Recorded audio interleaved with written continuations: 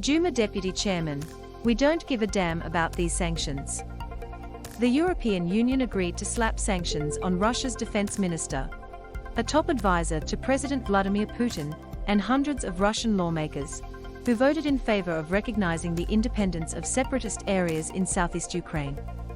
The sanctions, mostly a freeze on the assets of those listed and a ban on them traveling in the 27-nation EU, are the first steps in a planned series of retaliatory measures designed to be ramped up should Mr. Putin launch an attack or push troops deeper into Ukraine. They are expected to take effect later today.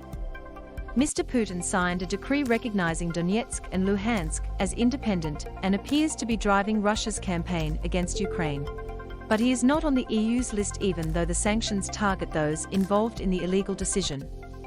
Russian Defense Minister Sergei Shoigu and Mr. Putin's Chief of Staff, Anton Vaino, were among the high-profile officials targeted, according to a list of sanctions seen by the Associated Press. The EU said under Mr. Shoigu's command and orders, Russian troops have held military drills in the illegally annexed Crimea and have been positioned at the border. He is ultimately responsible for any military action against Ukraine. Mr. Vaino was said to play an active role in Kremlin decision-making process by taking part in the Russian Security Council and influencing the elaboration of decisions by the president in the field of Russia's defense and national security. The commander-in-chief of the Russian Navy, Nikolai Yevmenov, is also on the list, as are Foreign Ministry spokeswoman Maria Zakharova and RT editor-in-chief Margarita Simon-Yang, who are both referred to as a central figure of the government propaganda.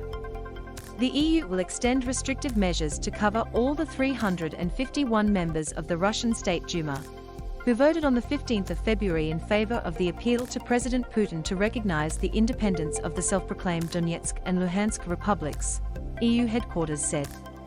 The measures also hit banks that finance Russia's armed forces.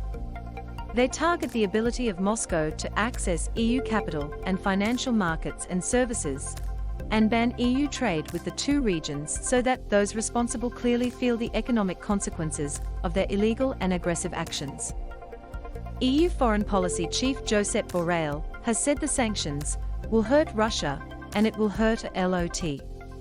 But Pyotr Tolstoy, the deputy chairman of the State Duma lower house of parliament, who was one of the Russians hit by the sanctions, laughed them off and warned that Russia would retaliate with its own measures.